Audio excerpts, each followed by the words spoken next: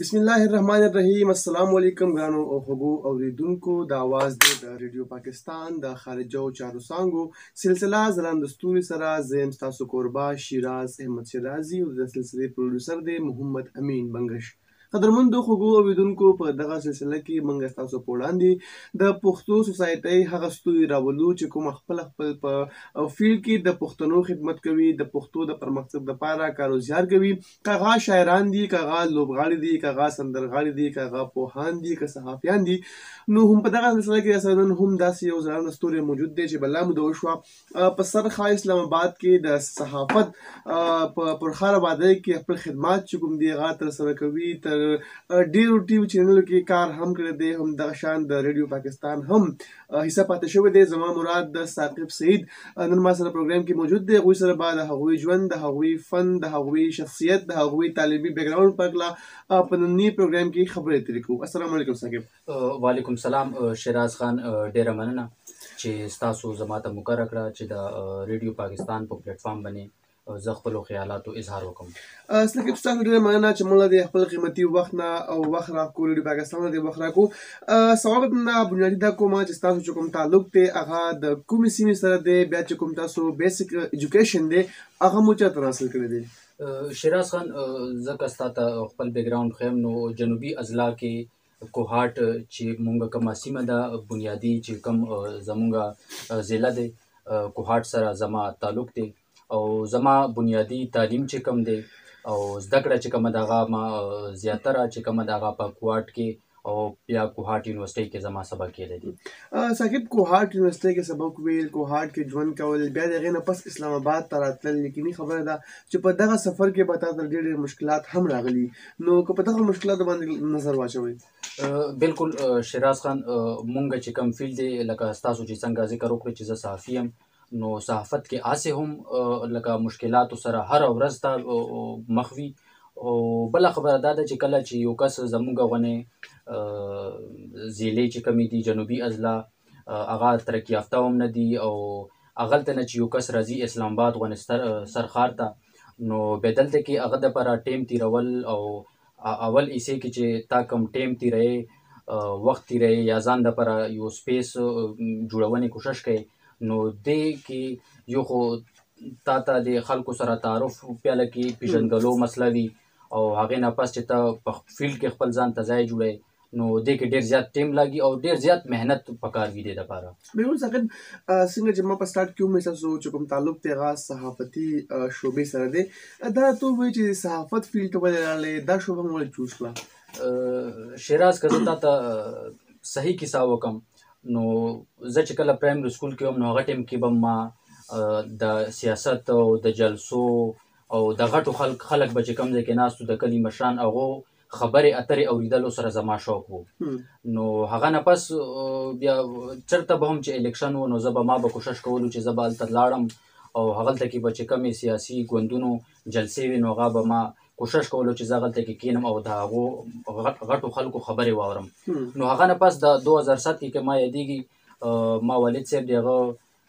مونږ کلي ته ډش راوړو، کیبل خو هلته شته نه دی، نو هغه چې کیبل راوړو، نو ما به جیو، دنیا، اے آر وائی، ایکسپریس دا خبرونه مې کتلو، نو ما سره شوق پیدا شو چې یاره یو صحافت هم یو فیلډ شته دی، نو که صحافت کې لاړ شي نو دا به یو ښه چایس وي. بیا صحافت ته راغلی، باقاعده ماس کمیونیکیشن ډګري مو واخیسته، اوس چې کوم دی هلې ځلې کوئ، یقیني خبره ده چې ډېر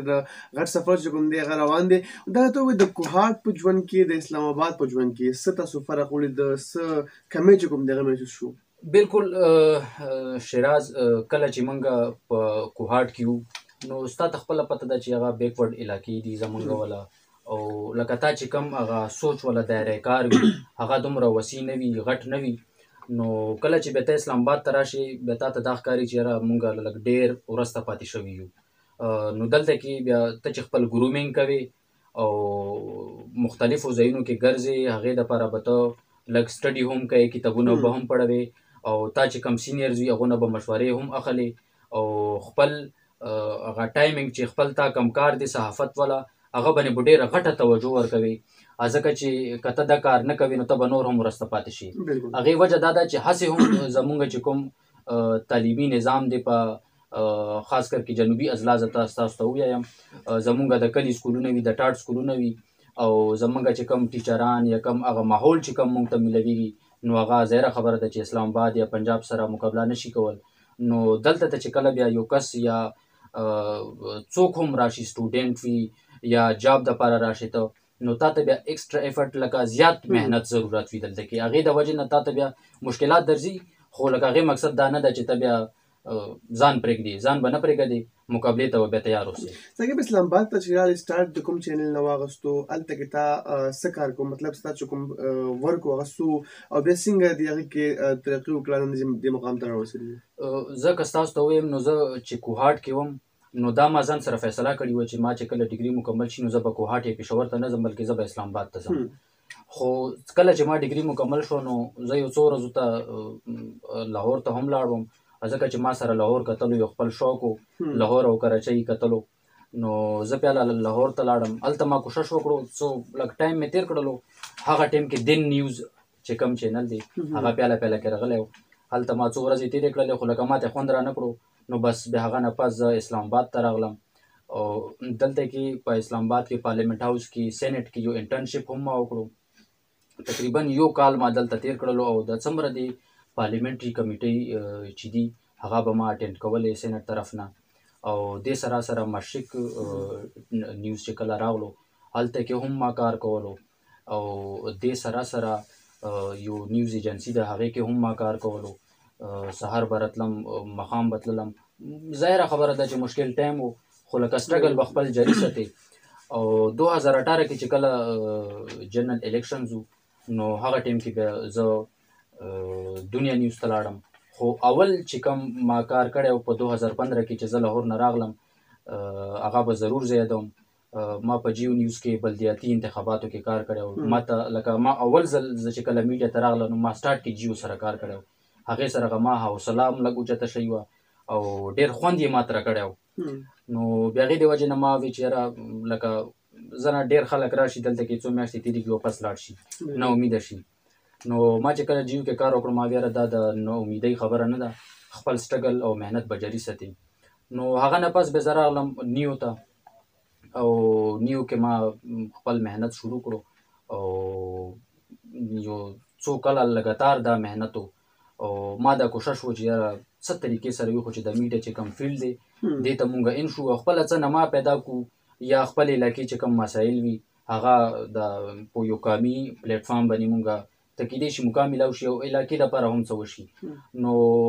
بس فلحال زه خو اوس نیو کې یم او پارلیمنټري ریپورټینګ کوم او کوشش کوو چې کم خبرونه چې وي هغه مخته راولو. د پارلیمنټري ریپورټینګ دغه چې کوم ایکسپیرینس دی دا څنګه ستاسو روان دی او د پارلیمنټ په دغه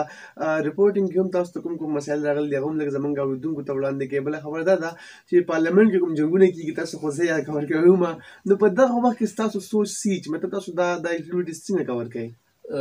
پارلیمنټري ریپورټینګ چې کوم دی دا ډېر انټرسټینګ هم دی دلچسپ هم دی خو دې دپاره لکه ټایم هم ډېر زیات پکار وي هغه مونږ پښتو کې چې تنګزړی کس دلته بالکل نه چلیږي هغې وجه دا ده چې دا ډېر زیات ټایم کنزیومینګ دی یوه کمیټي چې درې غنټې چلیږي نو ظاهره خبره ده ته به لکه بور کېږي هم به کله به تا ته خبر میلاو شي کله به نشي میلاو او زه تا ته پیاله ځل لکه شوق خو مونږ سره ډېر و چې یاره چېرته پارلیمنټ ته دا په مونږ چېرته ذهن کې هم نه و راغلي ماشومتوب کې چې یاره مونږ به پارلیمنټ ته لاړ شو زه چې کله پیاله ځل راغلم پارلیمنټ ته نو سینټ اجلاس شروع زه چې ننوتلم ما خو لکه کلي نه یو کس راشي هغه ته دا ډېره د حیرانتۍ خبره وي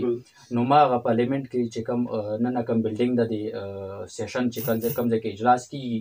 نو هغې ته زه حیران وم او چار چپیر مې کتل که نه نو هغه نه پس بیا ټیم تېرېدو او ما ایکسپیرینس سره سړی ګروم کېږي هم او خپل محنت مو جاري ساتلو او پارلیمنټ یو داسې ځای ده چې دکې به اچانک ته به وګورې چې بالکل اکټیویټي به کله کله ختم شي ته بیا چې دا خو هېڅ نشته خو دویم منټ کې به دومره زیات اکټیویټیز شروع شي چې بیا به ته حیران وي نو د صحافیانو د سیاستدانانو جنګ جګړې دا مونږ روزانه ګورو او خلکو ته یې هم ښیو خو لکه پارلیمنټ چې کوم دی دا د جنګ جګړو ځای نه دی او د مذاکراتو او د خبرو اترو سره د مسایلو حل کولو یو ځای دی، ما په خیال کې ده. بالکل تاسو څنګه چې د پارلیمنت خبرې وکړه، زه هم چې کله په 2016 کې راغلم اسلام آباد ته، نو پارلیمنت هغه وخت کې حالات لږ خراب مو، پارلیمنت مخې ته مو پرېښودونه. نو ما خپل کزن ته وویل، مثلا کزن زما هم هغه وخت کې هغه BS انګلیش کوه، هغه ته ما وویل مې داسې بېوز راځي چې زه به د پارلیمنت نه رپورټینګ کوم. هغه ماته مطلب ظاهره خبره ده، زموږ کلي چې کوم خلک یې هغوی ته دا یو ډېر غټ مقام وي چې پارلیمنت نه رپورټینګ وکړي یا پارلیمنت مخې ته لاړ شي ودرېږي. بس کله ما په 2017 کې یو ټي وي چینل سره ما کار کوم، هلته نه رپورټینګ شروع کړو. هغه ما کال وکړم چې یو کال بعد زه باقاعده د هغه ځای نه رپورټینګ کوم. نو دا د یو د کلي کس دپاره یا چې کوم کس د بیک پټ ایریا نه راشي اسلام آباد ته، بیا هغه پارلیمنت شاید چې کوم ډېر مقدس ایوان دی، د هغې نه رپورټینګ کوي یا د هغې مخکې ولاړې کوم چې پارلیمنټریانز دي هغوی سره خبرې اترې کوي، نو ډېر د فخر ډېر د ویاړ خبرې وي. ساقب دا به راته ووایي چې کله چې یو ماشوم دی هغه څه کول غواړي یا یو فیلډ ته تلل غواړي، نو اکثر په هغه باندې اولنی تنقید چې کوم دی هغه د کور طرف نه کېږي چې نه ته به دې فیلډ ته نه ځې، ته به دې ته ځې، ته چې کوم دی ته به صحافت ته نه ځې، ته به ډاکټر جوړېږي. تاسو هم داسې څه واقعات راغلي دي؟ بالکل ما سره شوي دي. ما چې کله والد صاحب ته دا ویلو چې زه جرنالیزم کوم، نو هغه لکه بالکل یې دا خوښه نه وه. هغه ما ته ویل ته انګریزي چې کومه دی دا ښه دی، نو ته داسې چل وکړه چې انګریزي کې خپل محنت وکړه او مخکې پکې لاړ شه. خو ما دا خوښه نه وه. ما ویره مونږ علاقې کې څوک داسې نشته چې د پاکستان چې قامي میډیا ده په هغه کې نما جوړه کړې وي. نو ما دا خواهش و چې یاره ځکه محنت وکړم، ما باندې ټایم زیات ولګي، خو کیدای شي چې د څه مثبت نتایج هم راشي. نو هغې د وجې نه ما والد صاحب نه کافي لکه هغه ما نه خفه هم و څه حد ټایمه رسې، خو ما ورته ویل نه دا فیلډ چې کوم دی میډیا ده دا ما دپاره ښه هم دی او ما انټرسټ هم پکې دی، خو دا مسایل ضروري خامخا وي. ساقب دا به راته ومو چې دې سره سره لکه چې کور نه سړي ته مسایل راشي، هغې نه باوجود سړی هغه همت ونه بیړي، سړی دغه فیلډ ته لاړ شي، په هغې کې نامه جوړه کړي. اوس چې ته کله فیلډ ته لاړ شي، ستا د ریلیټیو، ستا د خاندان والو، ستا د فرینډ څه تا سره کومه رویه ساتي چې مطلب ساقب په ټي وي راځي، زموږ خواته راغلی دی، موږ سره ناست دی، د هغو څه ریاکشن وي؟ ډېر خوشحال وي. کله چې ما جرنالیزم کې اډمیشن وکړو کوټ یونیورسټي کې، نو هغه ټایم نه ما چې کوم ملګري وو یا د ګپ شپ کسان وو، هغوی به ما ته جرنالیسټه لکه هغه کلي کې چې کوم یو سټایل وي، نو زه به هم خوشحال وم، ما ته به لکه خوند راکولو جرنالیزم، او هغوی دپاره هم دا یو نوی شی و. زه په خپل علاقې کې دا اول کس یم چې جرنالیزم یې کړی دی او د هغه نه پس میډیا ته راغلی دی. دا چا سوچ هم نه و چې څوک به جرنالیزم وکړي او میډیا ته به لاړ شي. خلکو به چا به آرټس ساینس دا نمې وي، بل چا څه ورتلونه یا انجینیرینګ یا ډاکټر جوړېدل، او د جرنالیزم چې کوم دی دا یو نوی غونې څیز و هلته کې. نو اوس چې زه کله سکرین باندې راشو میډیا کې مونږ خلک ګوري او خپل کور والا مو هم ګوري، خپل ملګري مو هم ګوري، هغوی حیران خو وي، خو لکه هغوی ته دا پته ولګېده چې یاره که محنت کوي نو بیا هر څه حاصلول چې کوم دی هغه بیا آسان دي. ساقب دا صحافت فیلډ چې کوم دی ډېر ګران فیلډ دی، اسپیشلي چې کوم زموږ سایډ ته رپورټینګ کول دی هغه ډېر ګران کار دی. نو اوس پورې داسې سټوري دې کړله چې تا ته په هغې باندې دمکیانې میلاو شوي دي، ټرسټ میلاو شوي دي؟ بالکل. ما چې کوم اول سټوري کړي وو ما ته په هغې باندې دمکۍ میلاو شوي وي. چل داسې و چې مونږ په کوهاټ کې یو وړه غونې رساله وه، نو هغې ته ما یو ریپورټ جوړ کړلو چې هغه مونږ کوم MP و هغه خوند یې ورنه کړو. نو هغه ورور ما ته کال وکړو چې تا چې د کوم خبر کړی دی دا بلیک میلینګ کوي. ما زه بلیک میلینګ نه کوم، زه یو صحافي یم او دا خبر کې که څه غلط وي به ته ما ته وایه. نو هغه ما ته زه به تا سره ګورم. مې چلو ځه هېڅ خبره نه ده، صحافت کې دا وي. نو ما چې کومه پیله سټوري وه ما کې هغې سټورۍ کې ما سره دغه خبره شوې وه. او بل دا هم وي که ساقب لکه کوم چې ستاسو شانتې پړه لیکه صحافیان یې، کوم ډګري هولډر صحافیان یې، د هغوی اولنی چې کوم مخالفت کېږي هغه چې کوم مخالف پریس کلب ممبران وي هغوی مخالفت کوي، ځکه چې هغوی سره خو نه ډګري وي، نه هغوی د صحافت اصول نه خبر وي، نه هغوی د صحافت چې کوم د خبرو جوړول چې کوم طریقه د هغې نه خبر وي. نو هغوی هم په دغه شان ځوانانو باندې نیوکې کوي، تنقیدونه به کوي. تاسو سره هم داسې شوي؟ بالکل دا موږ سره ډېر شوي دي. کله چې موږ کوهاټ یونیورسټي کې جرنالیزم کولو نو د پریس کلب چې کوم صحافیان وو نو هغو سره به موږ کوشش کول چې هغوی سره انټریکشن وشي. نو موږ به لکه خپل ګرومینګ دپاره یا خپل مخ ته تللو دپاره هغوی سره مشورې کولې. نو زه خو دا وم چې لږ اکټیو وم، ما به زیات هغو سره تعلق لرلو. نو زه به کله یوه صحافي سره میلاو شم چې سر دا فیلډ څنګه دی، مخ ته څنګه تلل شو، کله به بل سره میلاو شم، کله بل سره. خو هغو کې زیاتره داسې وو چې هغوی به دا کوشش وو چې مونږ د حوصله چې کومه دی دا ماته کړو او څه طریقې سره دا فیلډ پرېږدي. هغوی به وي جرنالیزم خو هېڅ فیلډ هم نه دی، جرنالیزم پرېږده، چېرته انګلیش کې وکړه، هسټرۍ کې وکړه، څه بل څه فیلډ ته لاړ شه.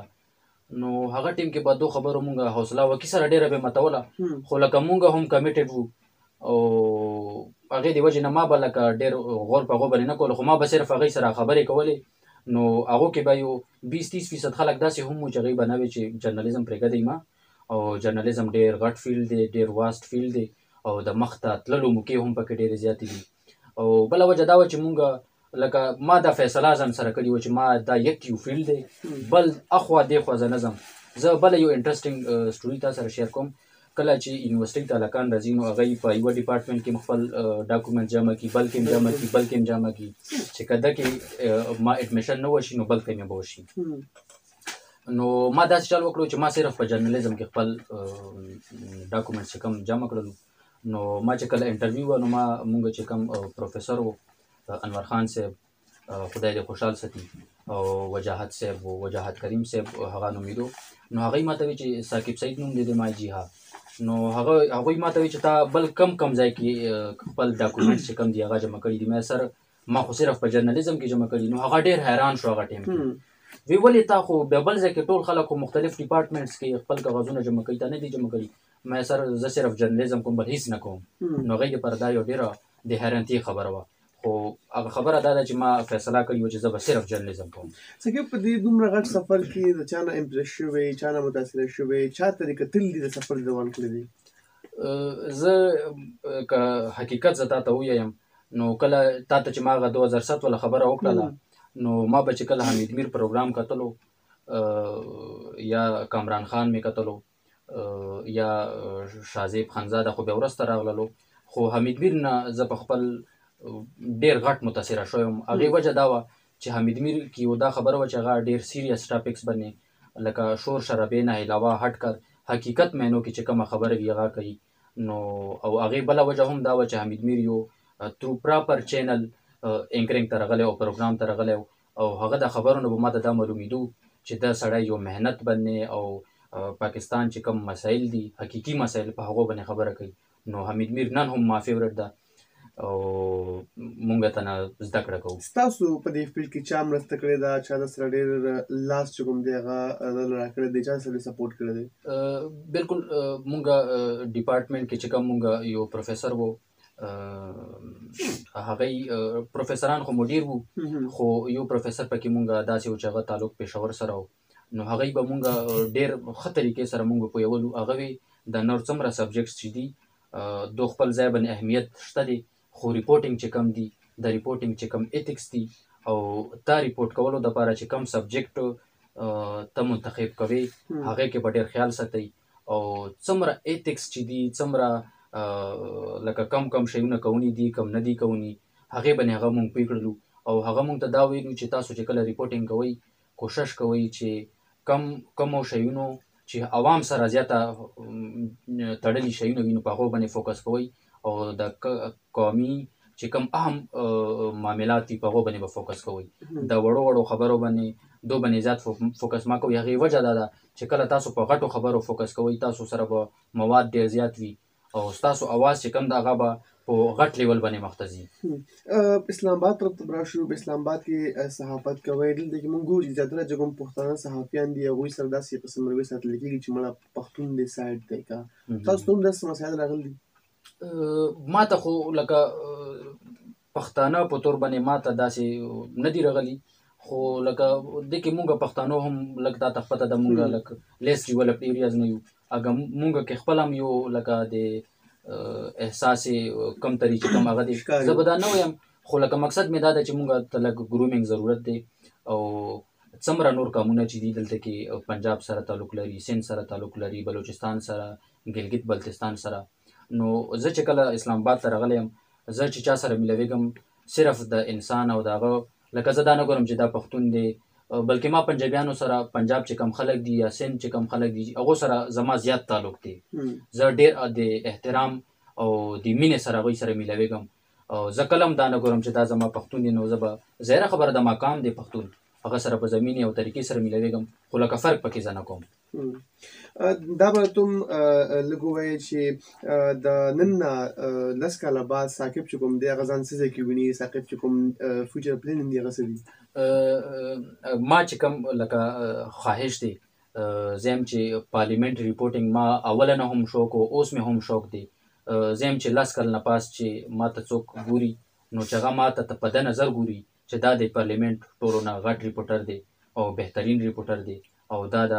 پارلماني چې کوم ریپورټینګ دی هغه باندې عبور حاصل دی چې څوک دا وایي نو دا به ما دپاره ډېر د فخر او د ویاړ خبره وي. بالکل. په اخره کې به چې کوم ځوانان دي، ځوان کول دی، ځوانان پښتانه دي، هغو ته به څه پیغام ورکول غواړي؟ زمونږ چې څومره هم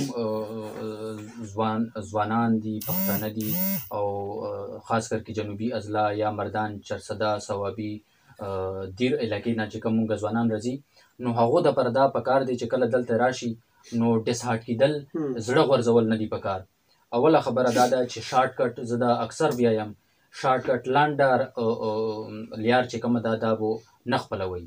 محنت یوه داسې طریقه ده چې کله ته محنت کوې خدای پاک به تا ته موقع خامخا درکوي. او بله خبره دا ده چې لږ ګرومینګ، زه بار بار د ګرومینګ ټکی ځکه استعمالوم چې مونږ ته څنګه چې ما ویلو چې هلته کې وسایل او د ټریننګ مواقع ډېرې کمې وي نو مونږ چې کله دلته راشو هغو ته دا پکار دي چې کمې شعبې کې هم وي د هغې شعبې چې کم پوهان خلک وي هغو سره کیني، دلته هغو نه زده کړه وکړي، دې ته دې مه ګوري چې دا څوک هم دی، څوک هم وي هغه ته دا پکار دي چې هغه ته ورشي، که هغه شیراز خان وي، که ثاقب سعید وي، که څوک هم وي هغه سره کیني، پاڅي، خبرې اترې وکړي، هغه نه د خبرو طریقه، د ناستي پاڅي طریقه زده کړي او خپل محنت چې کوم دی دا جاري وساتي. بالکل جی، ډېرې زیاته مننه قدرمندو خوږو اورېدونکو. دا و زموږ نننۍ سلسله ځلانده ستوري چې کوم کې موږ سره میلمه و ثاقب سعید چې کوم یو ځوان صحافي دی او پارلیمنټري ریپورټینګ کې پارلیمنټري ریپورټر دی او دغه شان هغوی خپل چې کوم صحافتي کیریر دی په هغې باندې هم رڼا واچوله. یقیني خبره ده تاسو به هم د هغې دغه ژوند قصې نه ډېر څه زده کړي وي. په روان پروګرام کې به یو بل مېلمه سره یو ځلې بیا ستاسو په خدمت کې حاضرېږو. تر هغې پورې خپل کوربه شیراز احمد شاهید له اجازت ورکړی. په لوی الله مسپارم، د لوی الله په امان. تاسو به وسورئ د دری زبان پروګرام آواز دوست.